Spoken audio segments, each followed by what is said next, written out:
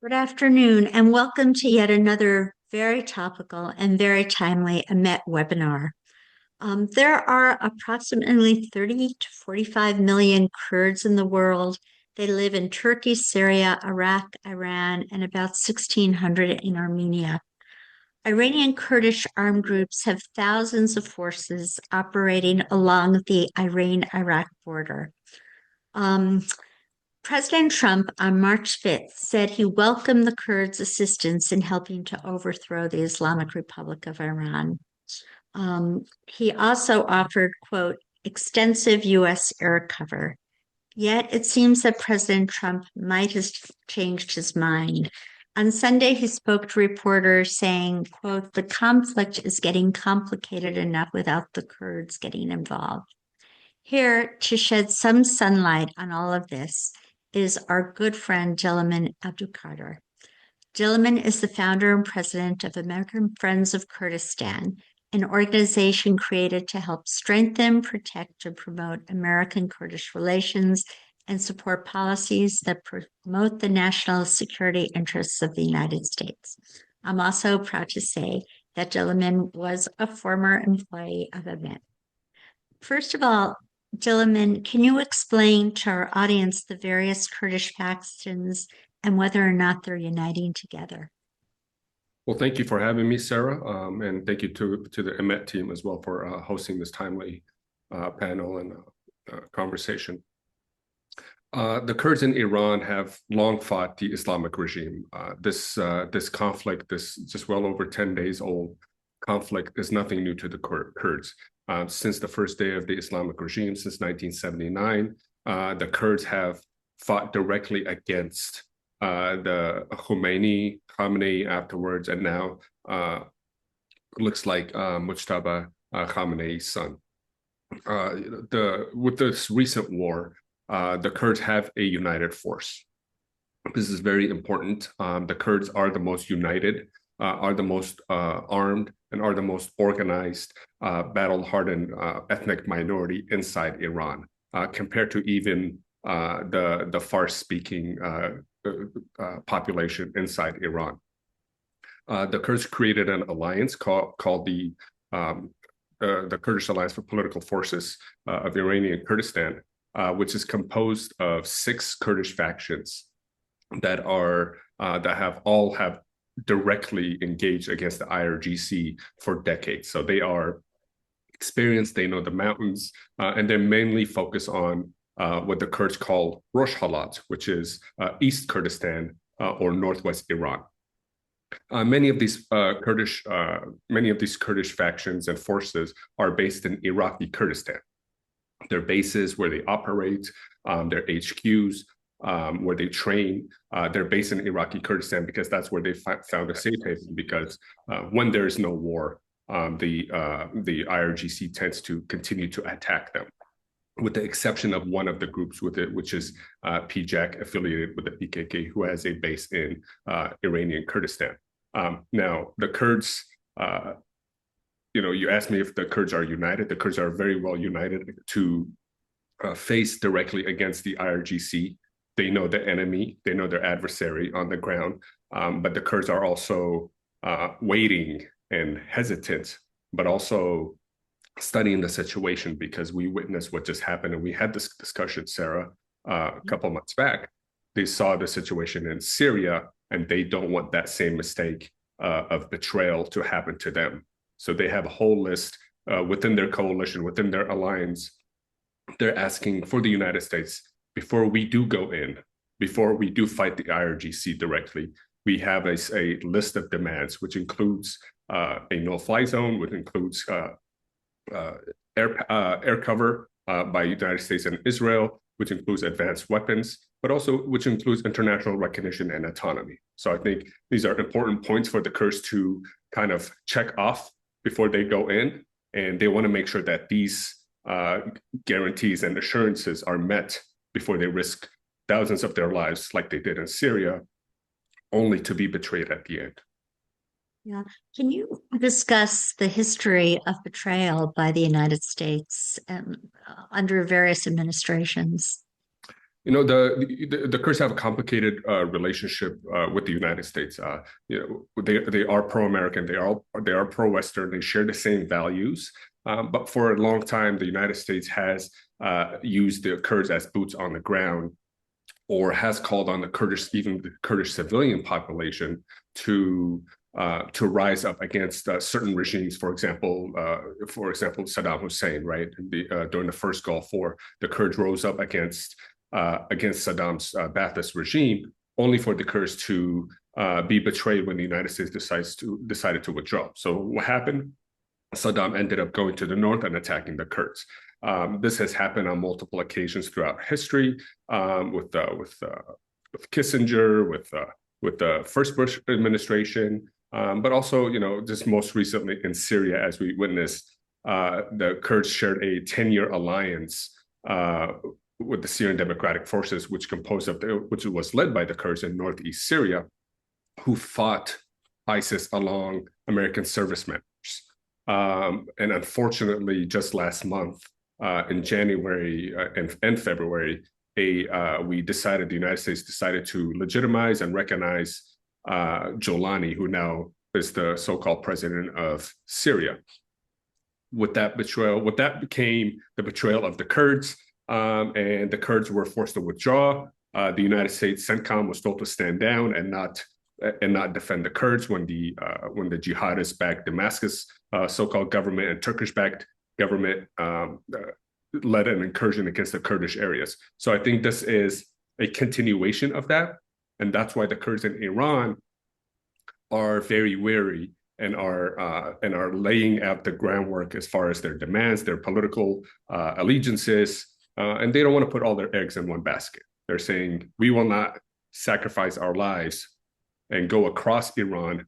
We're not going to march to Tehran to topple the regime only for us to be betrayed. And I think that's a legitimate position to take. But also, it's an opportunity for the United States to see the Kurds as real, strong, reliable, long-term allies, rather than simply, the strong fighters on the ground, they're always ready to fight. That's not the case. The Kurds do not want to fight. The Kurds do not enjoy fighting. The Kurds want a peaceful, stable region, and they only want to live in their part of the land, which is called Kurdistan. They're not there to topple every regime in the region, only to be betrayed. Right. So, okay, ideally, you would like to foresee a stable Kurdistan. Would that include parts of Iraq and parts of Iran, like Eastern Iraq, Western Iran? Yeah, that's a legitimate question. Of course, every Kurd, if you ask a Kurd, and myself as a Kurdish American, of course, we would like to see a independent Kurdish state, just like everybody else has in the region, everybody else has in the world. The Kurds are the largest ethnic population in the world without a state of their own. That's always the goal. So that's not a secret. They have a right to self-determination. With that being said, the Kurds are also rational actors on the ground. They understand the regional dynamics. They understand the stronger powers around the world, from the United States to Israel to Russia to China, having an influence in that region. The Kurds will want a certain degree of autonomy in northwest Iran. So if they don't get that total, they're not calling for separatism, separation, for example. They're not calling for carving out the Iran. So I think that's a fear-mongering tactic that we've heard in Washington for the past few weeks. That's not the case. The Kurds want a democratic Iran that the people can decide on their own. It's up to the people. It's not up to a mullah, and it's not up to a monarch. I think that's important to emphasize. The Kurds are not going to bow down to a king. The Kurds don't have a strong and positive relationship with the former Shah either. The former Shah executed Kurds publicly, treated the Kurds the same way as the mullahs do today. So they don't see, in their eyes, they don't see a difference. What the Kurds do want is a free, democratic Iran for the people to decide themselves, for the people to vote, for their identities to be recognized. And the Kurds will not carve out, they're not going to, it doesn't make sense to do that. It's not rational. And the Kurds are not irrational. So they want to create autonomous region within Iran that allows them to govern themselves, that allows them to create a stable future and security for themselves. And keep in mind, the Kurds are armed. They are engaged with the IRGC already. We shouldn't sideline the Kurds, and we shouldn't make the Kurds enemies or label the Kurds as separatists when the Kurds are going to be key to toppling this regime if that time comes. So, is there a possibility that either the CIA or the Mossad would support an Iranian Kurdish bloc? I think there's a huge possibility because it makes sense. The Kurds are battle hardened. The Kurds have experience on the ground, and the geography of the Kurds allows for any other, for example, if they were to play that role, and that's a big if. But if they were to allow, for example, U.S. special forces to gain access to Iran, it would be through the Kurdish region, because the Kurdish region also shares of Iran. The Kurdish region shares a border with the Kurdistan region, the autonomous Kurdistan region in Iraq and neighboring Iraq, where U.S. bases, where we have U.S. bases, U.S. service members, the largest U.S. consulate in the world. So the Kurdish geography plays a pivotal role. Of course, there were news that the Kurds will be CIA-backed and that they're going to receive arms from the United States. Then President Trump kind of walked that back. I think that a lot of that has to do with a phone call from Turkey as well. Keep in mind, the Turks are playing a huge role. They fear the Kurds are going to carve out their own regions, separate, basically a similar situation to northeast Syria. And the Kurds are, and keep in mind, the Kurds are 15 million in northwest Iran, in Iran. 15 million. We're not talking about 3.5 million like in Syria. We're talking about 15 million Kurds with major forces who have that experience to kind of engage with the IRGC. So Erdogan, of course, and Turkey fears that domino effect that Turkey is next. But again, the Kurds will not be mercenaries. The Kurds study that situation in Iraq. The Kurds study the situation in Syria. With the referendum and the lack of American backing, with the incursion by Shiite militias into Kirkuk. So there's a lot of history behind this. So it's not easy for the Kurds to say, yes, we'll do it for the sake of toppling the regime. No, I think the rest of the country also has to play a role in toppling this regime, not just only the Kurds. Okay. First of all, can you go into a little bit of the history why Prime Minister Recep Tayyip Erdogan has so much animosity towards the Kurds?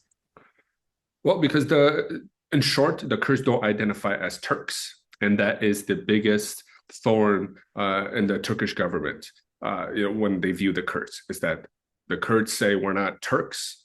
We are Kurds. We don't speak Turkish. We speak Kurdish. We have our own language. We have our own history. We've been here longer than you have. The Kurds have been in this region since the Median Empire, and they are descendants of the Medes.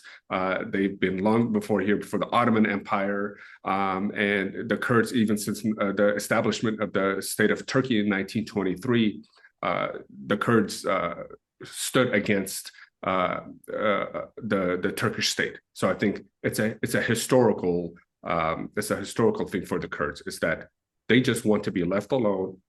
They don't want anybody's land. They want to be able to identify as their own. But the Turkish state refuses to accept that. Even to this day, the Turkish state refuses to accept that. If you say you're a Kurd, the Turkish state will put you in prison. There are thousands of Kurdish political prisoners inside Turkish jails today. And Erdogan may be the leader today, but Erdogan is just it's just part of the bigger problem that the Turkish government, the systematic grievance that they have against the Kurds historically. Whether it's economic oppression of the Kurds, language oppression of the Kurds, identity oppression of the Kurds, you name it. And Erdogan is just kind of taking this oppression of the Kurds to a next level. And he's not limiting himself. The thing with Erdogan is that he's not limiting himself to the boundaries of within the Turkish state. So he's not focusing on oppressing the Kurds inside Turkey alone. He's going above and beyond and oppressing the Kurds in Syria, oppressing the Kurds in Iraq, and oppressing now, looks like oppressing the Kurds in Iran as well. And they're also, it's important to note for the audience is that the Turkish intelligence and the Turkish government is coordinating very much closely with the IRGC and the Iranian intelligence in preventing any crossover between the Kurds in Iraq and the Kurds in Iran, or the Kurds from Iran that are based in Iraqi Kurdistan to go into Iran against the regime. So, are you worried, first of all, that Iran could break up and there might be some sectarian violence if people, the Azeris, the Balachis, the Persians, they rebel against the IRGC and the Kurds, the Basij? Yeah, I mean, the Iran is not just Persian, right? It's not just Farsi. There are actually less than 50% of the population. There are Azeris in the north. There are the Kurds in the northwest. There's the Ahwazi Arabs bordering the Iraqi border. The Balochis in the south, and other minorities within those ethnic and religious minorities in the country. And none of these minorities really have a positive relationship with the IRGC. They have all been oppressed to one degree or another. But the Kurdish component is, what's unique is that they're also not Shiite Muslim, they're Sunni Muslim. So majority of the Kurds are Sunni Muslim on top of being Kurdish. So they have a kind of a double negative going against the regime. But yeah, I mean, if it were to come to a certain point where the regime may break, I think it's a war. So there's a possibility of a larger civil war that may break out. There's a possibility of the different ethnic minorities trying to separate and carve their own regions. There's a possibility of outside influencers, for example, the Turkish government influencing the Azeri population because they see the Azeri population as an extension of Turkey, or Azerbaijan, for example, playing a role into the Azeri population, and same thing with the Arabs, right? With the Arab population. So I think there's a potential to spark a more of a devastating outcome for the region inside the country. With that being said, the IRGC is no better. So I think we have to realize that fear. There's always that fear of potential, and I think that people don't really have animosity with one another. It's not to that certain degree where the ethnic minorities are going to go and all out fighting one another and start killing each other. I don't think it's that sort of thing. But I do think the ethnic minorities will try to kind of carve out their own regions. The Balochis in the south, they number in the millions. They also want their own autonomy, for example. They've also been historically oppressed by the IRGC. So I think there's a potential for that. But again, that shouldn't be a barrier to toppling the regime. And I think the president has shown interest in, and that's one of the biggest fears of the United States, is that we don't want to create a 2003 Iraq-like scenario where we basically dismantle the entire IRGC, the Iranian military, and we kind of de-Baathified Iraq, where everybody is now just in the hands of militias and terrorists and jihadis. Everybody's killing each other, and we can't get it under control. That's why I think the United States aimed for a Venezuela-like scenario where we kind of took Maduro out of the picture to try to engage with a more practical government. And that's the same attempt that's happening now, is to weaken them militarily so that they lose their leverage in the region, so that they stop threatening Israel, stop threatening other allies, stop striking missiles into the region, stop funding proxies. And also a weaker head of the government. That way we can engage them and they can be more practical. And of course, the whole goal is so they don't have a nuclear weapon. Right. So do you think it's possible without the United States committing ground troops to the region? Either you said there are about 15 million Kurds in Iran and 8.5 in Iraq. Is that a strong enough force to be able to take on the regime? Well, I think strikes alone won't topple the regime. I think that's just something to put out there. Strikes alone won't topple the regime. That's a decision that the U.S. has to make, whether to put ground troops in.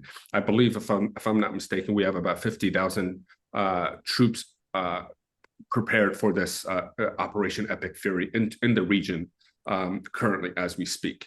That's the largest number of U.S. military service members in the region since the Iraq and Afghanistan war, since we ended those operations and those wars. The 15 million Kurds doesn't equate to 15 million Kurdish fighters. The Kurdish fighters are, some groups have 5,000, some have 10, some have 1,500. But the civilian population is also prepared and united with the Kurdish faction. So when they get the green light, when they feel that it's safe, they can also pick up arms and go against the regime. But again, I think strikes alone won't do that. That's why the Kurds have their demands. That's why the Kurds are saying, if you want us to liberate, at least we're not going to march to Tehran. We're not going to go march, across Iran and liberate everybody, and we're going to lose 20,000 lives here too, and then only for you to recognize somebody else in Tehran tomorrow, like you did Jolani in Damascus. But we will create a buffer zone, if you will, in northwest Iran, what the Kurds call East Kurdistan, an autonomous region that allows it to be a buffer zone, a U.S. friendly region, part of Iran. That is a likely scenario. But if you want the regime to fall outside of just strikes, the people have to rise themselves. And I think there's been multiple warnings by the United States for the people to stay in for now because of the airstrikes. The IRGC is using civilian areas as operating bases to go against. And also the IRGC has warned the people that if you come out into the street, that we'll see you as an enemy, because now it just looks like you're taking orders from Israel and the United States. So the people are, and they're not armed. So they're not like the Kurdish population where they're armed, they're civilian populations. The Kurds are also civilian, but the Kurds, because of the history, they really never put their weapons down. Right. So I think, so it's up to the people on the ground. The strikes are doing having a huge impact on the ground, but still, as of now, it still looks like the regime has a strong control over the country. And if the president decides to wind down the operation or give it maybe 7 to 10 more days or 2 more weeks, whatever it may be, there's a window that is closing and the people have to take advantage. And there's not going to be another opportunity like this for a while where the United States, also Israel is playing its role, but the United States kind of investing a large portion of its military into the region, as we've seen. So I think there's an opportunity for the people to take advantage of, but it's dangerous because they're not armed, and we don't want civilians to continue to lose their lives. Right. So the Kurds have been very well trained and prepared for this for years and years. What would happen to the Kurds in Iraq or Iran if, God forbid, they do not succeed?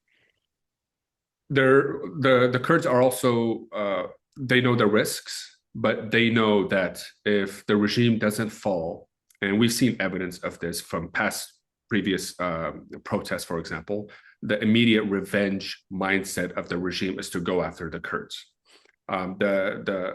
The most airstrikes that we've seen from the United States and Israel has been actually focused on northwest Iran, where the Kurds reside, on the military bases, on intelligence buildings, infrastructure, on missile defense vehicles on the ground, whatever the IRGC may use as an attack, not only against its own people, but against its as it sees its adversaries, to strike U.S. consulates, strike U.S. bases in the region, strike Israel.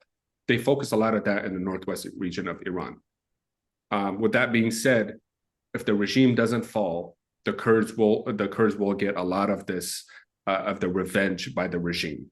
They'll get punished. They'll get even more suppressed. They'll be thrown in prison. They'll be publicly executed even more. The largest execution population percentage of Iran are Kurds. The prisoners, majority of them are Kurds. So I think that because they see the Kurds as always the separatist movement. It's not just they're against the regime. It's not just that they're Kurds. It's not just that they're Sunni, but also now they want to separate. The Kurds here do have that number on their side, that 15 million, but if the regime doesn't fall, I think that's why the people are not on the streets. That's why the people haven't risen up, because they're like, okay, if President Trump decides to wind down the operation tomorrow, what do we do this for? Why should we? And now we're going to get punished. There's no more airstrikes. Nobody else is here to save us. So I think even the civilian population have calculated that let's not rise up yet. Let's not do anything dramatic. Let the airstrikes continue. We'll see how long it lasts. If that happens to weaken the regime, great. Our forces will come across the border from Iraqi Kurdistan. Our people will come on the streets, and that way we can unite and push out the IRGC. But that has to be a long-term commitment by the US and Israel, of course. And of course, the people, I mean, the Kurds have been trained for years and years, but the average protester, they don't have guns. And the most powerful voice comes out of the barrel of a gun. Yeah, I mean, exactly. I mean, your face civilians, they're going to get, they're going to be a target, unfortunately. And the IRGC themselves have come out and openly said that you will be a target if you, I mean, even there was a report I read that a young man, I think it was a 27-year-old man, who just honked his horn in support in Tehran, honked his horn in support of the protesters. He was publicly executed. He was literally sniped. When I mean publicly executed, I don't mean like there was a whole thing. No, he was sniped on the spot in his car just for honking his horn. So, I mean, there's countless of reports like this, innocent Iranians, innocent people on the ground inside the country who are just being targeted by the IRGC. They don't have arms. And the same thing with the Kurdish civilian population. They're not armed. And that's why the Kurdish forces that are armed have to make the right calculations and to not put the civilian population in harm's way either. Because yes, you can defend yourself. You have an AK, but what is that young man going to do on the ground when he's right? If he's just going to work, or if he's just going home, or trying to stay out of the sight of the IRGC. So we have to. It's a very sensitive situation. It's not easy to topple this regime, and also Iran's geography is huge. It's not easy. It's not the size of, it's not the size of Syria, obviously. It's not a small country. It's the size of many Western European countries put together. And it's a mountainous region. So the strikes are having a strong impact in weakening the regime, but to date, the regime still controls majority of the power. Okay, so the Iraqi Kurds were very instrumental in fighting ISIS, and many of them were locked up in prisons. Could you just explain a little bit about what's happened to these ISIS prisoners and how the Iraqi Kurds actually sacrificed their own blood for this? Yeah, the Iraqi Kurds fought alongside the United States in weakening ISIS and defeating ISIS's territorial occupation of the region. They fought alongside the United States in pushing out ISIS and eliminating ISIS in Mosul, their stronghold. They fought alongside the United States in liberating Yazidi women and girls who were kidnapped by ISIS. There's a lot of ISIS prisoners continue to be in ISIS and prisons in Iraqi Kurdistan. And it's the same story with the Kurds in Syria, right? The Iraqi Kurds are also in a sensitive situation because they don't want to damage their very, the stability that they have established. They don't want to damage that. It's not 100% stable because our neighbors are Turkey, or Iran, it's the Iraqi Shiite militias in the south, and you have Jolani now, who's next door. So it's not, we're surrounded by not so friendly pro-Kurdish, pro-American, pro-Western forces on the ground. So they don't, the degree of stability that they have established within this autonomous region, the Iraqi Kurds, the position that they've taken is neutrality. That we're neutral, we're not sending our forces across Iran, we're not giving a green light to whoever wants to send forces, we're simply neutral. Despite that neutrality, that position that the Kurds in Iraq have taken, the IRGC and the Islamic regime continues to fire missile strikes, over 100. By now, it's way above that in major cities in Iraqi Kurdistan, in Erbil, the capital, in Sulaymaniyah, the next major city, in Duhok. So all those major and civilian population areas as well, hotels, parks, apartment buildings, international airports, on top of the U.S. bases and assets on the ground. So they're targeting civilians, and the Kurds don't have a air defense system. They don't have the Iron Dome. They don't have Patriot missiles, unfortunately. So they don't have an air force to fight these missiles. So they're kind of also left on their own. So the Kurds in Iraq are also calculating. We know the history. We know what's going on. Oh, nobody's going to have our backs. Maybe this is not a long-term commitment. They probably know that this is not a long-term commitment by the United States and this administration. Why should we put our necks out? And also now, when this is all over, the regime still survives. We have to live with the regime. They're our neighbors. We share a 400, 500 mile plus border with Iran, with the IRGC. We have to continue that conversation. And the regime now views us as Mossad spies, agents, CIA agents, and that's not a long-term strategy, rational strategy for the Kurds in Iraq. So I think their position of neutrality is very wise. It's very smart. They should continue that. But that doesn't equate to the position of the Kurds in Iran. They still want to topple the regime, but they want assurances from the United States. So, what kind of assurances at all do the Kurds living in Syria under Uh, Jolani? it's the agreement that they were strong armed to sign. That's the only assurance that was backed supposedly by the United States, of course, but also by the French and some of the European countries. They were strong armed. They did not want to sign this. They wanted to continue to. They were forced to kind of integrate. That was the word they kept using: integrate into the Syrian army. One army and all that. But the Kurds, at the end of the day, kept their weapons because they didn't trust it. They have their own security forces. They are defending and providing security for their own cities, the Kurdish majority cities. And I think they drew a red line even with the United States, saying that we're not going to lay down our weapons. We're not going to just dissolve. We're not going to just disappear. You forced us to withdraw up past the Euphrates into this corner of Syria, but we will not give up the Kurdish majority cities. And now part of the agreements that they made is that the Kurds in Syria, part of the negotiations is that the Kurds will go back to, for example, into Afrin. And we've seen signs of that, which is positive. The Afrin, the city that was occupied in 2018 by Turkey with the invasion in northwest Syria. So I think there's some sort of agreement and acknowledgement of the Kurdish areas. These are part of the negotiation, but it's the Middle East.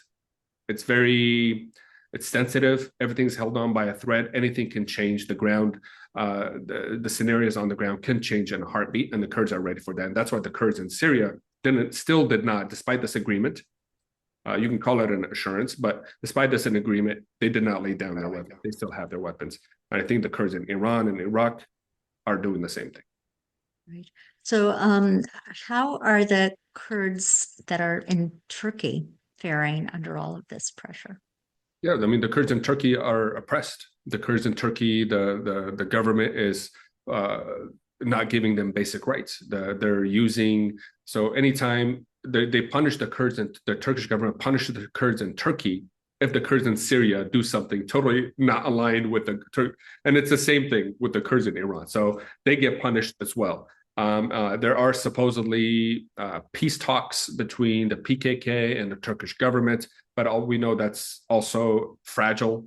That could unravel at any moment. That's based on the way Turkey behaves towards the Kurds in Syria. That's based on the way the Turkey behaves towards Kurds across the region. So I think it's the Kurdish situation inside Turkey, numbering at 25 million plus Kurds there, continues to be no different than the Kurds face in Iran. Lack of basic rights, lack of political freedom, lack of cultural rights, just you name it. They can't raise their colors, their identity. They can't dance and sing, and nobody wants to live with a government that oppresses them. We know the history of the region. Christians have been persecuted. The Jews have been pushed out of these countries, and the Kurds are just happen to continue to survive and exist largely because they've held on to their weapons and have spoken out and fought against these oppressive regimes. But the situation in Turkey, honestly, is no better than anywhere else. So, do we have any evidence that Erdogan is working together with the Iranian mullahs? Yeah, absolutely. They met back in November. I believe the it was November or early December that the Turkish government's foreign minister visited Iran. So they were kind of hinting. They kind of knew that something was going to happen. Fast forward to March. So they've pre-coordinated. They're sharing intelligence. They're also coordinating alongside the border. That the border they share between Iran and Turkey. They're preventing for example, preventing Iranian civilians from crossing the border into Turkey. If they look like, for example, if they look like they're fleeing, so they're preventing refugees and migrants from fleeing across the country. But we know Turkey's intention, right? Turkey's intention is to coordinate, share intelligence, all for the sake of preventing the Kurds in Iran from gaining any degree of autonomy. That's the number one goal. Everything else is secondary. So it's secondary to weaken Israel's influence in a potential new Iran. It's secondary to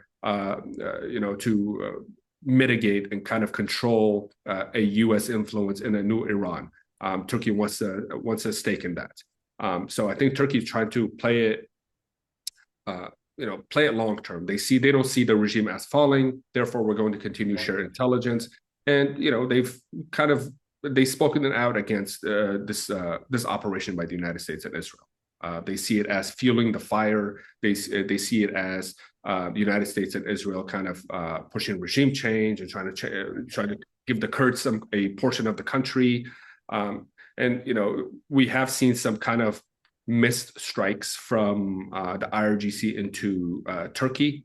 But I think I'm not buying into that scenario altogether as of yet. We don't know the evidence on the ground, the intentions, the targets. Some say it may have been targets towards Cyprus to the base, to the military bases there, but it landed in Turkey. We'll see. But I think the Turkish government, we know for a fact that the Turkish government is coordinating with the IRGC and the mullahs, and they rather have the mullahs survive than the people on the ground inside Iran have a new government and have a chance at freedom. And the irony of ironies is that Turkey is a NATO ally. Absolutely. That's So here, why they get away with it all.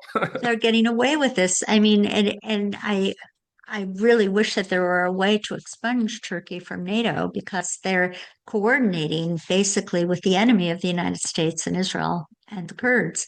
Uh, so your best case scenario would be ideally? Best case scenario, I mean, if this continues, the strikes continue it has to continue for longer than 7 to 10 days. It has to continue longer than 2 weeks. I know the president is not interested in long-term incursion. I know the president is not interested, and also Americans are, just in general, boots on the ground. It's an opportunity for the Kurds to kind of go in and weaken the regime in northwest Syria. Northwest Iran. I think that's a kind of best case scenario for at least we weaken the regime. They don't have the same strength and military capacity and power that they had before Operation Epic Fury. We've eliminated their military infrastructure and assets in northwest Iran. We created a buffer zone. Now those Kurds share a border with the Iraqi Kurds. The borders are open, so there's a freedom of navigation through those areas, and they can move back and forth. And also it provides a kind of a buffer for pro-Western governments, not only in the Middle East but also in Europe and of course the United States, to weaken the regime even more. That's kind of the best case scenario that I see coming out of this. Of course, the goal and hope is that the regime topples quickly. These military strikes that happen within the next 2 weeks really damage the regime entirely. That way, the people can find a window of opportunity to kind of move out of their homes and weaken the regime and topple the regime. That's the ultimate best case scenario. But again, as we discussed, they don't have arms. They don't have weapons.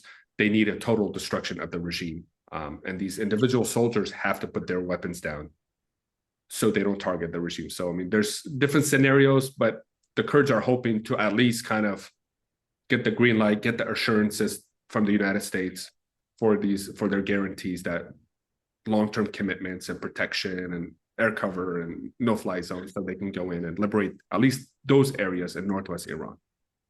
Do you think there's any possibility that the Iranian military might put down their guns and support the people, the protesters? No, not as if this. I mean, these guys are hardliners.